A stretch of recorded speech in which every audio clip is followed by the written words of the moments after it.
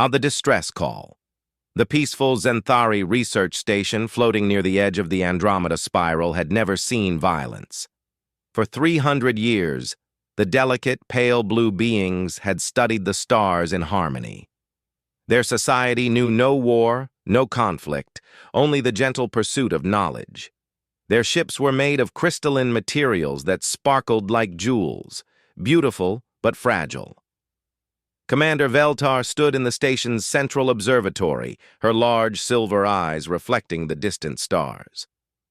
The Zenthari were graceful creatures, tall and thin like dancers, with smooth skin that glowed softly in dim light.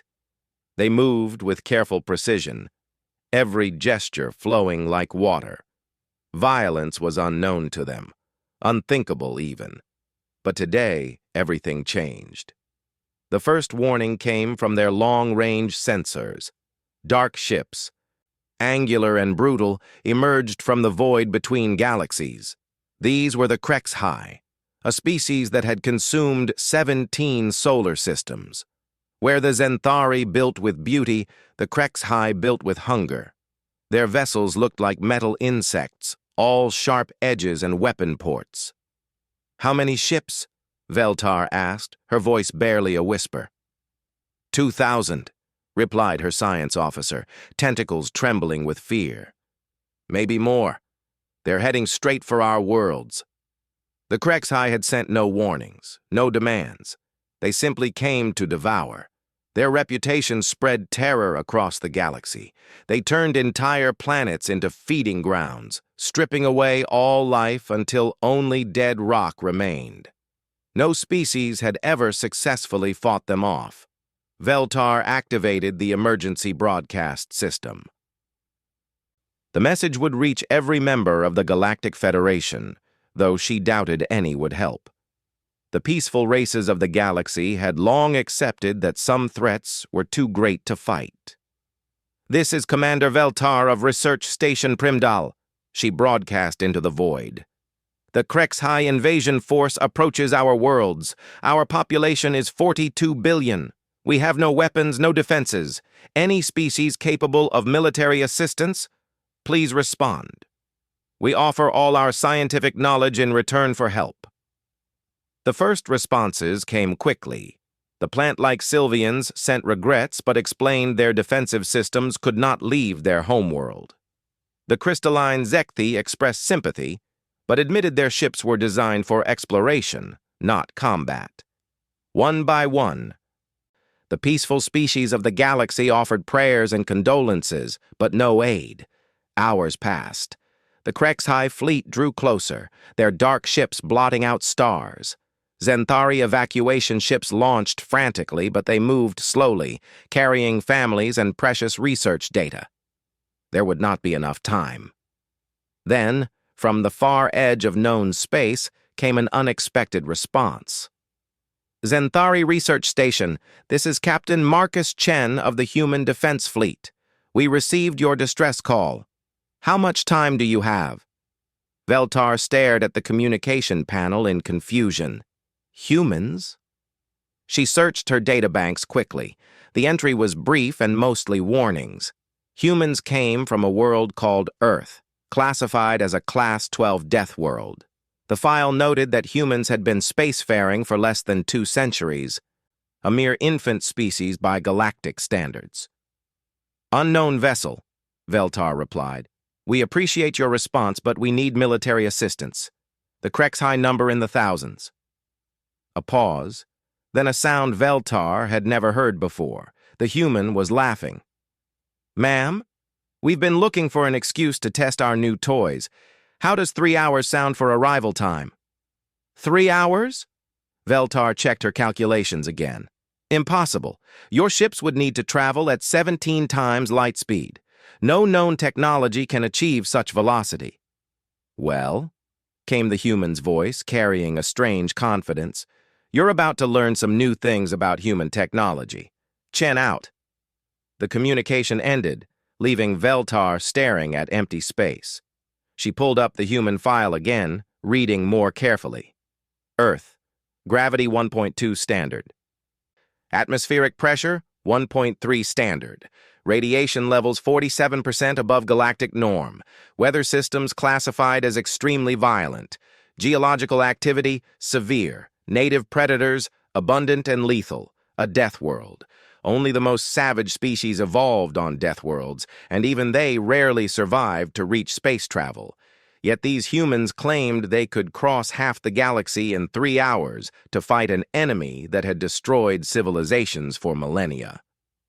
"Commander," her science officer called out urgently, "I'm detecting massive gravimetric disturbances. Something's coming." The space around the Zenthari station began to ripple like water. Reality itself seemed to bend and twist. Then, with a flash that lit up the observatory, they appeared. Ships unlike anything in Veltar's databases materialized from what looked like tears in space itself. They were not beautiful like Zenthari vessels or purely functional like most galactic designs. These human ships looked like weapons that happened to be able to fly. Dark metal hulls bristled with gun barrels, missile pods, and devices whose purpose Veltar could not guess.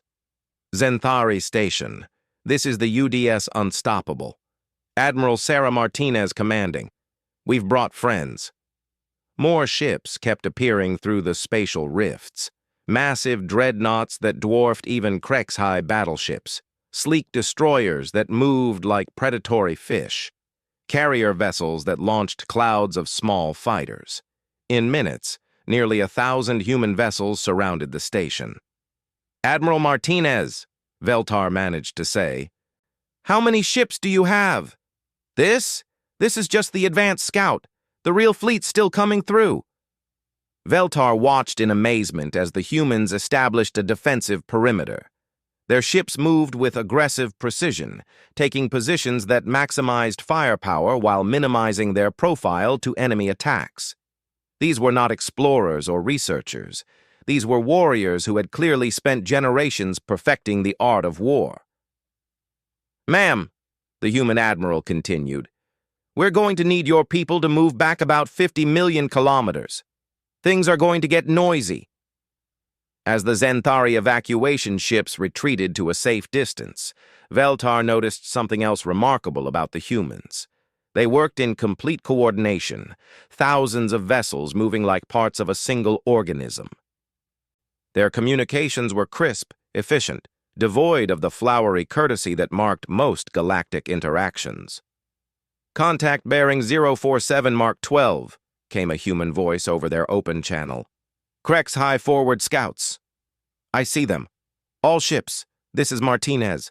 Remember, we're here to help our friends. That means we don't let a single HFY ship through our lines. Show them what happens when they threaten peaceful people." Veltar activated her long-range sensors and gasped at what she saw. The HFY forward elements, 50 of their largest battle cruisers, were accelerating toward the human fleet. These were ships that had destroyed entire star systems, each one a terror that had never been defeated. The human response was immediate and overwhelming. Light itself seemed to bend as the humans opened fire. Weapons that Veltar could not identify sent streams of energy that tore through space-time. Missiles that moved at impossible speeds struck with the force of small stars. The 50 HFY ships, vessels of nightmare that had terrorized the galaxy, simply ceased to exist. "Scratch 50 bandits," came a calm human voice. "Admiral, the main force will be here in 10 minutes. "Copy that. All ships, battle formation Delta 7. Let's give them a proper human welcome." Veltar realized she was witnessing something unprecedented. For the first time in recorded galactic history, someone was not running from the HFY. These humans, these supposed primitives from a savage world, were preparing to fight the unconquerable enemy. And from the casual way they had just erased 50 major warships, Veltar began to suspect the galaxy was about to learn why Deathworld species were so rare. They either died out quickly, or they became something far more dangerous than anyone imagined. The main HFY fleet was dropping out of hyperspace, 2,000 vessels of destruction and death. Against them stood fewer than 1,000 human ships. The humans were laughing on their communication channels. Veltar began to understand that her people had not called for help from a minor species. They had called in the apex predators of the galaxy, and those predators had been waiting their entire existence for a chance like this. The real battle was about to begin. The Unleashing. The HFY main fleet emerged from hyperspace like a plague of metal locusts. 2,000 ships, each one a monument to destruction, filled the sensor screens with hostile contacts. Their vessels were organic-looking things, grown rather than built, with chitinous hulls and weapon clusters that pulsed with malevolent energy. Admiral Sarah Martinez stood on the bridge of the UDS Unstoppable, watching the enemy deployment with the calm focus of a veteran hunter. She was a compact woman with graying hair and scars on her hands from years of combat. Behind her, the bridge crew worked with mechanical precision, their faces showing no fear, only determination. "Ma'am, enemy fleet is assuming attack formation," reported her tactical officer, a young man with steady hands and cold eyes. "Standard HFY pattern. They're trying to surround us." Martinez nodded slowly. The HFY had used the same tactics for centuries. Overwhelm with numbers, use their superior size to intimidate, then close to feeding range where they could drain energy directly from their victims' ships. It had worked against every species they had encountered. "Signal the fleet," Martinez commanded. "Execute Plan Overlord. All ships to combat stations." Throughout the human formation, warships that had been drifting in loose formation suddenly snapped into precise battle lines. The humans had studied HFY tactics for months after first learning of them.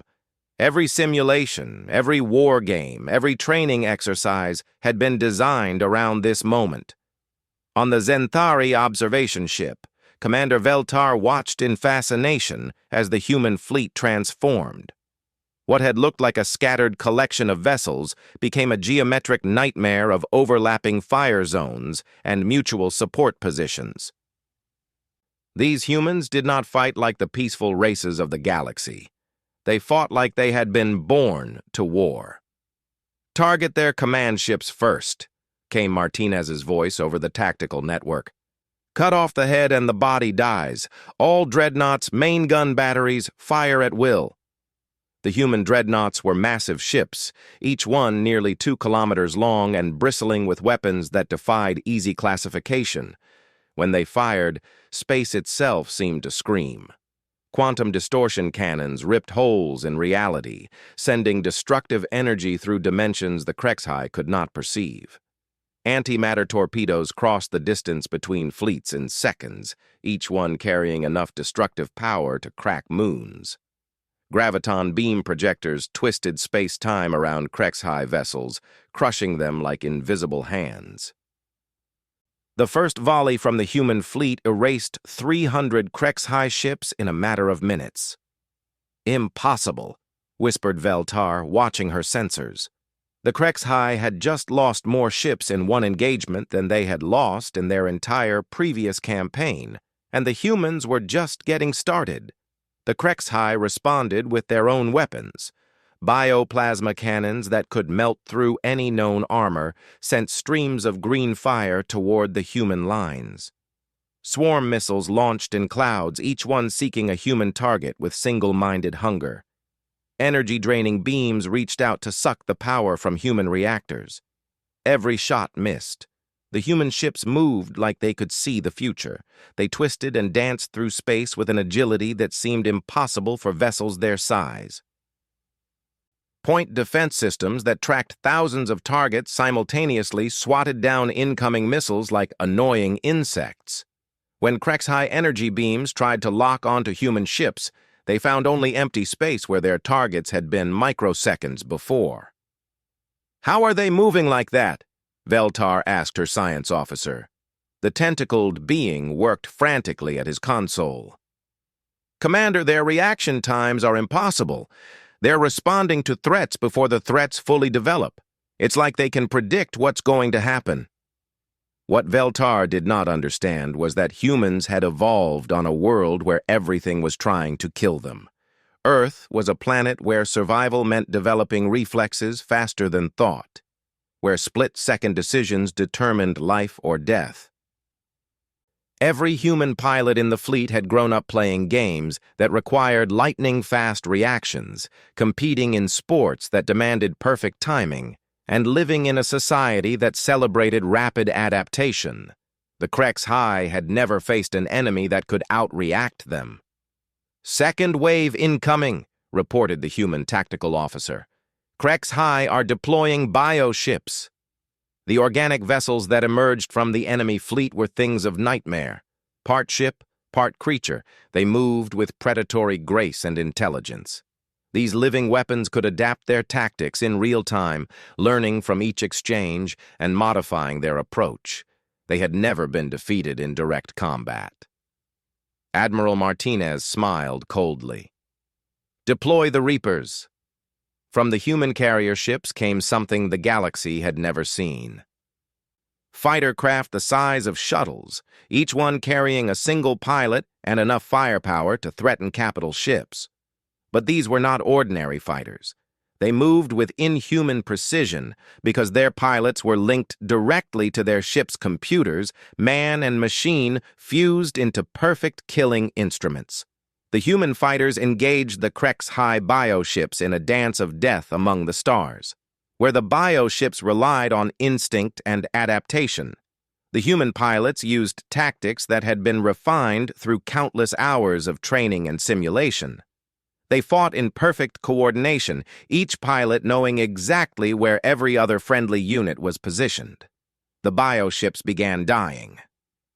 "This is impossible," came a transmission from the HFY fleet, the first time in recorded history that the species had attempted communication during battle. "How do you know our weaknesses?" Martinez activated the open channel response. "Because we've been watching you, learning, preparing. You made a mistake when you decided to hunt peaceful species. You should have come for us first." The battle continued, but the outcome was no longer in doubt. Human ships pressed forward through HFY formations, their weapons cutting through enemy vessels like knives through paper. The HFY ships, designed to overwhelm weaker opponents, found themselves outgunned, outmaneuvered, and completely outclassed. "Admiral," reported the tactical officer, "enemy fleet integrity is breaking down. They're trying to retreat." "Negative. No survivors, no witnesses. We can't let them report back what they've learned here."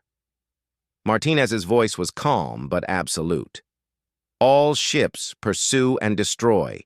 Show them what happens when they threaten our friends." The human fleet spread out like a net, herding the fleeing HFY ships. There would be no escape, no mercy, no second chances. The species that had terrorized the galaxy for millennia was about to learn what true predators looked like. As the last HFY vessel exploded in a ball of superheated plasma, Admiral Martinez turned to her communications officer. "Signal the Zenthari. Tell them their space is secure." On the observation ship, Commander Veltar stared at her sensors in disbelief. 2,000 HFY ships had been reduced to debris fields in less than 3 hours. The unconquerable enemy had been not just defeated, but completely annihilated, and the humans had lost exactly 7 ships in the entire engagement. "Commander," her science officer said quietly, "I'm detecting more gravimetric disturbances. Something else is coming." New rifts in space began opening around the battle site. Through them came more human ships, but these were different, larger, more heavily armed, carrying markings that suggested they belonged to different human factions or nations. "Zenthari Station," came a new human voice. "This is Admiral Chen of the Pacific Federation Fleet. Sorry we're late to the party. Did you save any for us?" Admiral Martinez laughed over the open channel. "Afraid not, James. These guys weren't as tough as advertised." More human voices joined the conversation. "This is General Volkov of the Eurasian Alliance. Our sensors detected the fight from 12 systems away. Captain O'Brien, Celtic Star Navy, heard there was a scrap going on. Commander Singh, Indian Space Command. Are we needed here?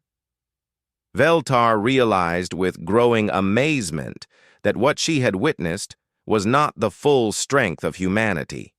It was just one small part of their military force, and that alone had been enough to destroy an enemy that had conquered 17 solar systems. As the human fleets began to disperse, Admiral Martinez sent a final transmission to the Zenthari station. Commander Veltar, your people are safe. The HFY won't be bothering anyone anymore. If you need anything else, just call. We'll be listening. The space around the station gradually emptied as the human ships departed through their dimensional rifts, leaving only debris and the shocked silence of witnesses who had seen the impossible. The HFY were gone. The species that had been the galaxy's greatest nightmare had been eliminated in a single afternoon by beings from a death world who treated the whole thing like a training exercise. Veltar began to understand that the galaxy was about to change in ways that no one could predict. The humans were not just another species. They were something entirely different, and they had just announced their presence to the cosmos in the most dramatic way possible. The peaceful races of the galaxy had a new protector, but Veltar wondered if they had any idea what they had actually called upon for help. The New Order. 3 months after the destruction of the HFY fleet, the Galactic Federation held an emergency session on the neutral world of Concordia. Representatives from 400 species gathered in the Great Crystalline Amphitheater, their various forms creating a mosaic of galactic diversity. But for the first time in the Federation's history, all eyes were focused on a single delegation. The humans sat in a section that had been hastily expanded to accommodate their different physiology. They were smaller than most species present, but something about their presence made the vast chamber feel cramped. Admiral Martinez led their delegation, wearing a simple military uniform that somehow seemed more impressive than the elaborate ceremonial garments worn by other representatives. Chancellor Mordak of the Hegemony Council called the session to order. The ancient being's crystalline form chimed softly as he spoke. We gather today to address the events at Zenthari space and their implications for galactic security. Commander Veltar will present her report. Veltar approached the central platform on unsteady legs. The past months had been a whirlwind of debriefings, investigations, and desperate attempts by various galactic powers to understand what they had witnessed. Her silver eyes swept across the assembly as she activated the holographic display. Honored delegates, she began, her voice carrying clearly in the chamber's perfect acoustics. 3 months ago, my people faced extinction at the hands of the HFY invasion force. Our calls for help were answered by a previously unknown species calling themselves humans. The display showed tactical recordings from the battle. Gasps and clicks of amazement filled the chamber as the assembled representatives watched the systematic annihilation of the HFY fleet. The recordings had been analyzed by the Federation's best military minds, but no one had been able to fully explain what they were seeing. In 3 hours and 17 minutes, Veltar continued, the humans destroyed an enemy force that had conquered 17 solar systems over the past millennium. HFY casualties, 2,000 ships and approximately 4 million crew. Human casualties, 7 ships and roughly 3,000 personnel. The silence in the chamber was profound. Several representatives shifted nervously, their translator devices working overtime to convey concepts their languages had no words for. Ambassador Zekthala of the Harmonic Collective raised a crystalline appendage. Commander, are you certain of these figures? The casualty ratio seems improbable. I have verified the data multiple times, Veltar replied, but the statistics tell only part of the story. The humans did not simply defeat the HFY. They eliminated them so thoroughly that follow-up surveys have found no trace of HFY presence in any of their former territories. The species appears to have been completely exterminated. A wave of uneasy chittering swept through the assembly. Complete genocide was almost unknown in galactic history. Most conflicts ended in surrender or negotiated withdrawals. The complete annihilation of a spacefaring species was the stuff of ancient myths. Chancellor Mordak's form pulsed with agitation. Admiral Martinez, the Federation requires an explanation.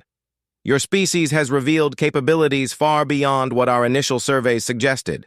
How do you justify such overwhelming force? Admiral Martinez stood slowly, her movement precise and controlled.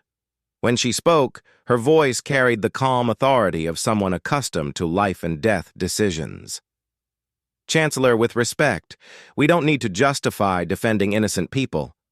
The HFY were a cancer that had been growing unchecked for centuries. You had all accepted their existence as an unfortunate fact of life. We saw them as a problem that needed solving.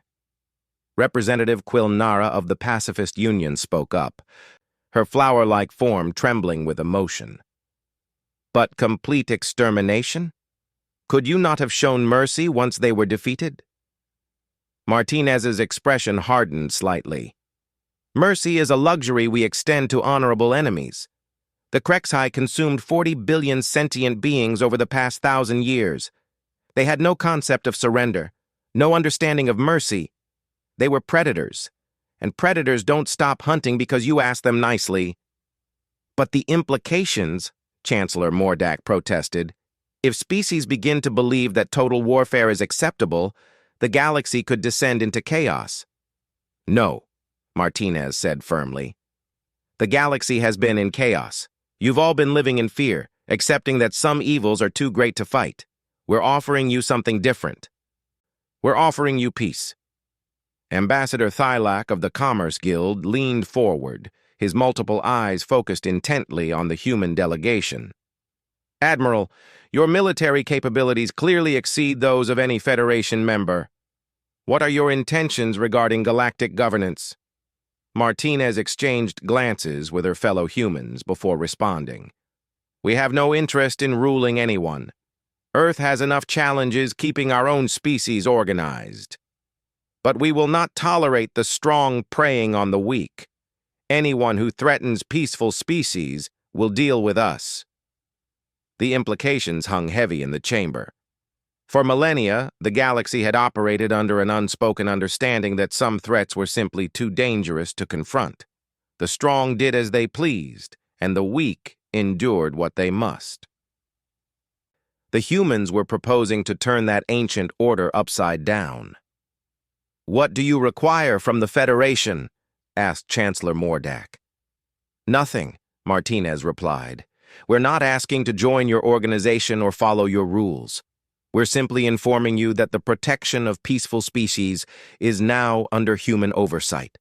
Continue your research, your trade, your cultural exchanges. Live your lives in peace. But understand that predators are no longer welcome in this galaxy. Representative Voltar of the military caste spoke with barely controlled aggression. And if existing powers object to this unilateral declaration? Martinez's smile was cold and predatory. Then they're welcome to file a formal complaint. We'll be happy to discuss it with them. The threat was implicit, but unmistakable. Any species foolish enough to challenge human authority would face the same fate as the HFY. The galaxy's traditional power structures had become irrelevant overnight. Over the following hours, the Assembly struggled to process the new reality. Some delegates proposed treaties and alliances, others suggested tribute payments or technology exchanges. A few even offered to provide intelligence on other potential threats. The humans listened politely but made no commitments beyond their original promise to protect peaceful species. They were not interested in building an empire or accumulating wealth. They had simply announced their presence and their intentions, leaving others to adapt as they saw fit. As the session concluded, Ambassador Zekthala approached Admiral Martinez privately. Admiral, may I ask a personal question?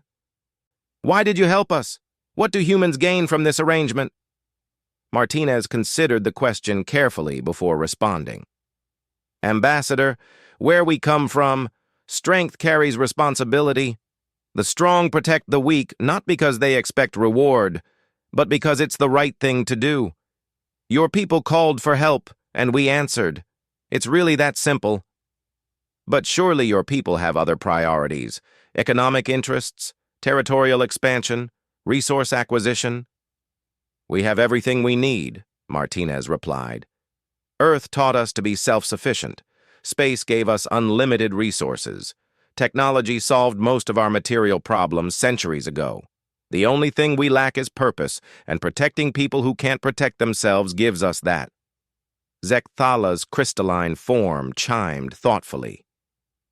You're saying that humanity has evolved beyond traditional motivations for expansion and conflict?